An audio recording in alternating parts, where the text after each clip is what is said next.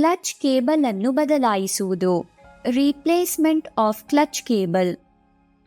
ದ್ವಿಚಕ್ರ ವಾಹನದ ಇಂಜಿನ್ನಿಂದ ಬರುವ ಶಕ್ತಿಯನ್ನು ಅದರ ಚಕ್ರಗಳಿಗೆ ಕ್ಲಚ್ ರವಾನಿಸುತ್ತದೆ. ಇದನ್ನು ಕ್ಲಚ್ ಕೇಬಲ್ ಮೂಲಕ ಚಾಲಕ ನಿರ್ವಹಿಸುತ್ತಾನೆ. ಕ್ಲಚ್ ಕೇಬಲ್ನ ಒಂದು ತುದಿಯನ್ನು ಹ್ಯಾಂಡಲ್ ಬಳಿ ಇರುವ ಕ್ಲಚ್ ಲಿವರ್ಗೆ ಜೋಡಿಸಲ್ಪಟ್ಟಿರುತ್ತದೆ ಮತ್ತು ಇನ್ನೊಂದು ತುದಿಯನ್ನು ಕ್ಲಚ್ ಅಸೆಂಬ್ಲಿಗೆ ಸಂಪರ್ಕಿಸಲಾಗಿರುತ್ತದೆ.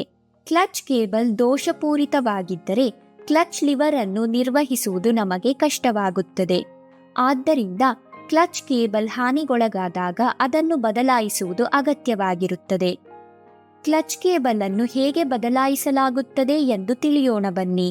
ಕ್ಲಚ್ ಕೇಬಲ್ ಅನ್ನು ಬದಲಾಯಿಸಲು ಅಗತ್ಯವಿರುವ ವಸ್ತುಗಳು: double open ended spanner, tray, ruler. Clutch cable ಅನ್ನು ಬದಲಾಯಿಸಲು ಮೊದಲು ಬೈಕ್ ಅನ್ನು ಹೈಡ್ರಾಲಿಕ್ ರ್ಯಾಂಪ್ ಮೇಲೆ ನಿಲ್ಲಿಸಿ ಮತ್ತು ಇಗ್ನಿಷನ್ ಸ್ವಿಚ್ ಅನ್ನು ಆಫ್ ಮಾಡಿ. ನಂತರ ಬೈಕ್ನ ಸೈಡ್ ಪ್ಯಾನಲ್ ಅನ್ನು ತೆಗೆಯಿರಿ.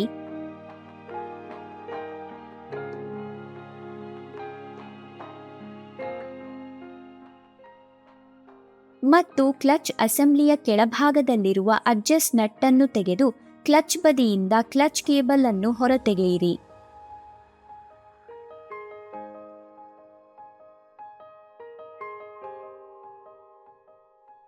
ಕ್ಲಚ್ ಕೇಬಲ್ಗೆ ಎಲ್ಲಿಯಾದರೂ ಹಾನಿಯಾಗಿದೆಯೇ ಎಂದು ನೋಡಲು ಅದನ್ನು ಸಂಪೂರ್ಣವಾಗಿ ಪರಿಶೀಲಿಸಿ.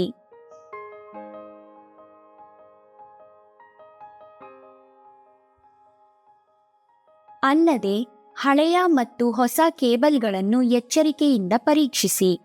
ನಂತರ ಹಳೆಯ ಕೇಬಲ್ ಅನ್ನು ರೌಂಡ್ ಆಗಿ ಸುತ್ತಿ ಇಡಿ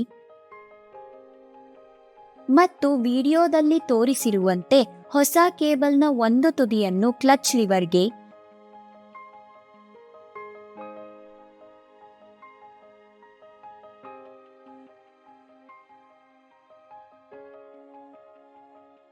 ಮತ್ತು ಇನ್ನೊಂದು ತುದಿಯನ್ನು ಕ್ಲಚ್ ಅಸೆಂಬ್ಲಿಯ ಪುಷ್ ರಾಡ್ಗೆ ಅಳವಡಿಸಿ.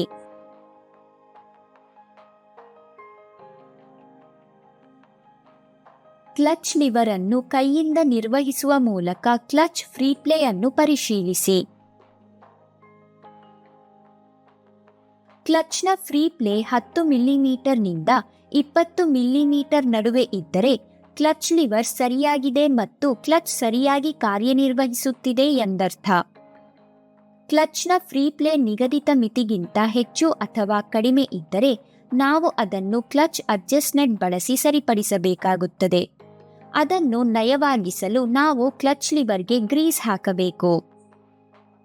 ನೀವು ಕೂಡ ಹತ್ತಿರದ ಗ್ಯಾರೇಜ್ ಅಥವಾ ಸರ್ವಿಸ್ ಸೆಂಟರ್ಗೆ ಹೋಗಿ ಕ್ಲಚ್ ಕೇಬಲ್ ಬದಲಾಯಿಸುವ ಪ್ರಕ್ರಿಯೆಯ ಬಗ್ಗೆ ಇನ್ನಷ್ಟು ತಿಳಿದುಕೊಳ್ಳಿ.